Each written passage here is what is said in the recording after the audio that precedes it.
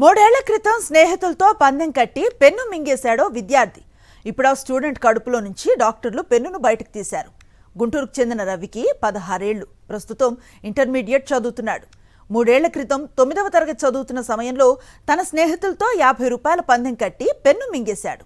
ఆ విషయం ఇంట్లో తెలిస్తే తిడతారనే భయంతో చెప్పకుండా దాచిపెట్టాడు.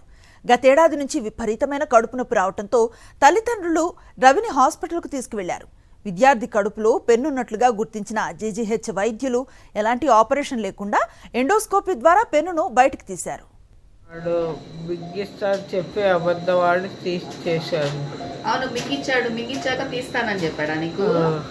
మింగితే లోపలికి వెళ్ళిపోయింది, ఇంకా తీయడానికి రాలేదు. నువ్వు బెట్టు కట్టావా వాడు బెట్టు కట్టాడా? అంటే మరి నువ్వు గొంతులో ఎందుకు వేయించుకున్నావు? వాడు వేయించుకోవాలి కదా.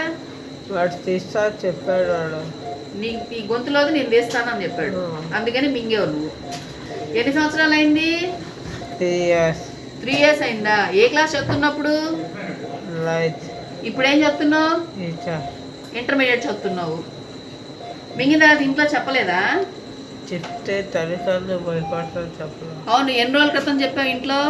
ఈ నెలలో చెప్పావా? డిసెంబర్లో. ఏమైంది? ఇబ్బంది ఏంటి నీకు? ఇంట్లో బాగా పడుచుకొని నొప్పి వస్తుంది చెప్పాను. అంతకుముందు లేదా నొప్పి? అసలు లేదు. అంతకుముందు ఎప్పుడు భరించా కానీ చెప్పలేకపోయా నొప్పి. అది ఎంతకాలం నుంచి వస్తుంది నొప్పి? నొప్పి చాలా నుంచి ఉంది. ఇప్పుడు 3 years అవుతుంది మింగి. నీకు 2 years నుంచి వస్తుందా? 1 year నుంచి వస్తుందా? ఎట్లాగా? 2 years నుంచి. 2 years నుంచి నొప్పి వస్తుంది. మోషనరీ ఫ్రీగానే అవుతుంది.